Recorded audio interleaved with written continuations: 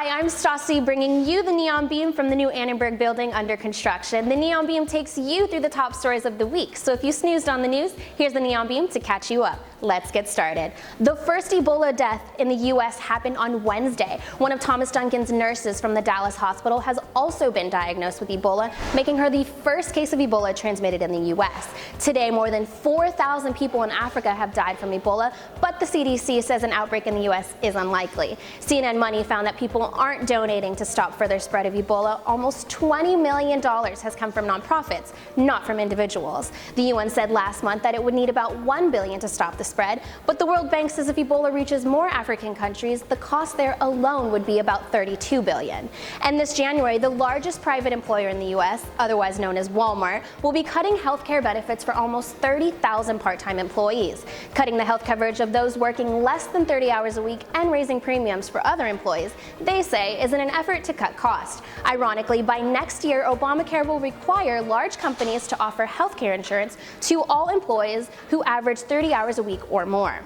And the United States military recently launched airstrikes in Iraq and Syria. The Islamic militant group ISIS has executed 2 Americans and 1 European on video, and last weekend they executed the 4th, a European, and threatened to kill more if the US-led airstrikes didn't stop. A key city in Syria, Kobani, is in serious danger of falling to ISIS.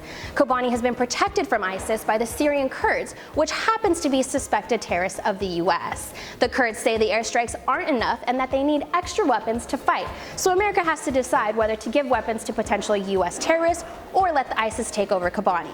Back in the US, Twitter is suing the US government for making them keep quiet about government surveillance of tweeters. Last January, the Justice Department said that tech companies such as Microsoft, Google, and Twitter could reveal a general idea of how many surveillance requests each company gets from the government.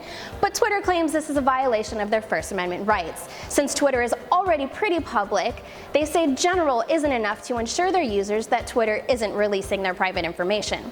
And Brittany Maynard is a 29-year-old newlywed that's been diagnosed with terminal brain cancer. Doctors say she only has a few months to live with a very long and painful death. Maynard decided to move from San Fran to Oregon, one of 5 states with a death with dignity law. So she plans to die on November 1st in her room with her family by her side and music in the background, pain-free and peacefully. Her YouTube explanation of this choice got 3.5 million views in just one night. Another terminal cancer patient from Colorado wrote to Maynard saying that suffering is not the absence of goodness or beauty. Nonetheless, Maynard has brought a lot of attention to the death with dignity law. And that's it for the Neon Beam. To read more about the top stories this week, check out neontommy.com and don't forget to follow Neon Tommy on Twitter. See you next week.